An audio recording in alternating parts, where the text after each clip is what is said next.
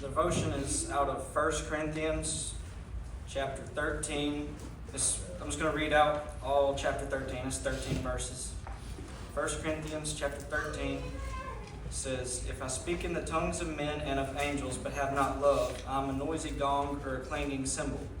And if I have prophetic powers and understand all mysteries and all knowledge, and if I have all faith so as to remove mountains, but have not love, I am nothing.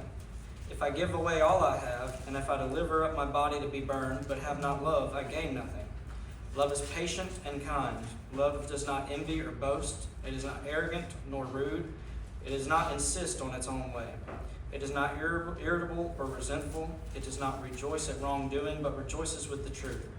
Love bears all things, believes all things, hopes all things, endures all things.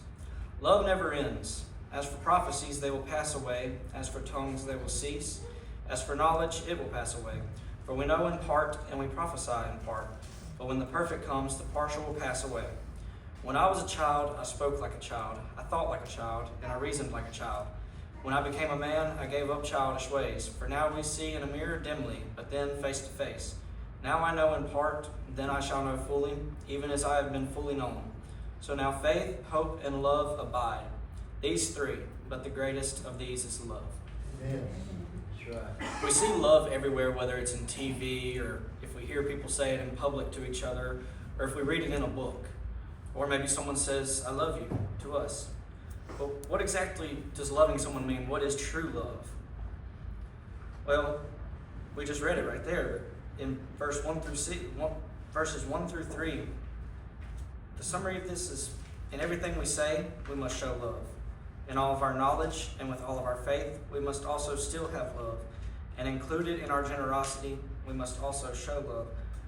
Verse 1 says, "If I speak in the tongues of men and of angels, but have not love, I am a noisy gong or a clanging cymbal."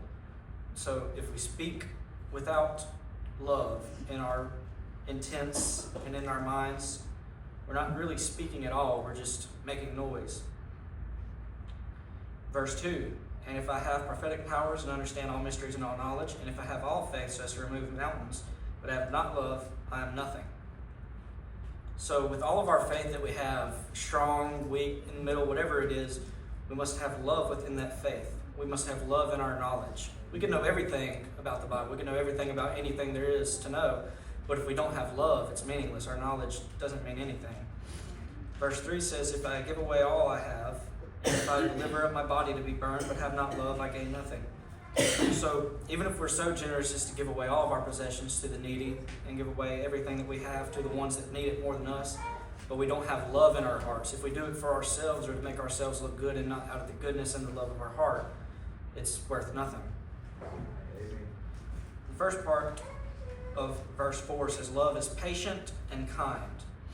So our love must be patient with whoever it is that we love, and our love must show kindness from our heart. We can't be rude to a person that we claim that we love. We can't be impatient. We can't tell them to hurry. We must be patient and show our kindness. Second part of verse 4 says, "Love does not envy or boast. It is not arrogant or rude." Love does not envy or boast. It is not arrogant or rude. Our love cannot be envious of others when they do well, but instead we should celebrate their success. So when others do good things and when others are recognized for what they have done, we can't be envious and think, "Why isn't that me? Why can't that be me getting all that attention?" But instead, we have to celebrate their success. We have to be joyful with them and celebrate with them instead of being jealous or envious. Love is not about showing ourselves and bragging about our well-doings, but it is about lifting others up in their well-doing. That kind of goes along with the previous point of we should celebrate others' success. We shouldn't try to drag them down about their success, about, "Oh, you did this, well, I did this, and that's better than what you did." But instead, we should lift others up in their successes and be, "You did a great job, I'm very proud of you." Arrogant people put themselves in the center, but love puts others first. Love is not arrogant, and so if you love someone, you don't put yourself before you put them. You put them in front of you. You want to make them happy before you worry about your own. Verse 5 says, "Or rude. It is not arrogant or rude. It does not insist on its own way, and it is not irritable or resentful." Love isn't rude to others. It doesn't try to hurt them. Instead, it performs actions that show gentleness or care.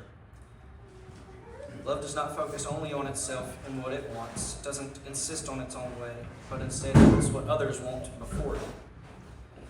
Love does not quicken to anger. It doesn't blow up over small things. It is not irritable. Love does not hold bad records, but instead it forgives and forgets when others wrong it.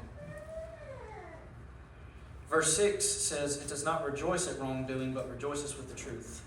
Wrongdoing is anything that is sinful or any kind of action that we can perform that goes against God. So love doesn't rejoice at sin. Love doesn't rejoice at ungodly things. But instead it rejoices with the truth, which is anything that is good and honest and anything that glorifies God's goodness.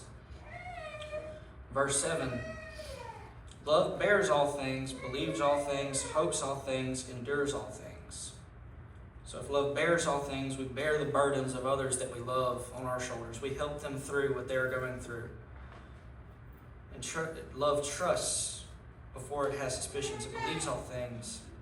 So it trusts someone that it loves before it suspects that they're doing something. Love searches for the best outcome in difficult situations. And it doesn't give up in challenging scenarios. It endures all things. Verse 8 says, love never ends. As for prophecies, they will pass away. As for tongues, they will cease. As for knowledge, it will pass away. So even though all of the things that we know will eventually cease to exist and they won't exist anymore, love will always remain. The love of God will always remain in our lives. It will always remain until after our lives. It will be here for all of eternity. Verses 9 through 12 say, for we know in part and we prophesy in part, but when the perfect comes, the partial will pass away. When I was a child, I spoke like a child. I thought like a child. I reasoned like a child. When I became a man, I gave up childish ways. For now we see in a mirror dimly, but then face to face. Now I know in part, then I shall know fully, even as I have been fully known. So what we know now about the glory and the greatness of God, it's just a small glimpse of what we will eventually come to know whenever we meet Him in heaven. Eventually, when we do get to heaven, we will know the full glory, which is much greater than anything we can comprehend or anything we can understand here on earth. Verse 13. So now, faith, hope, and love abide.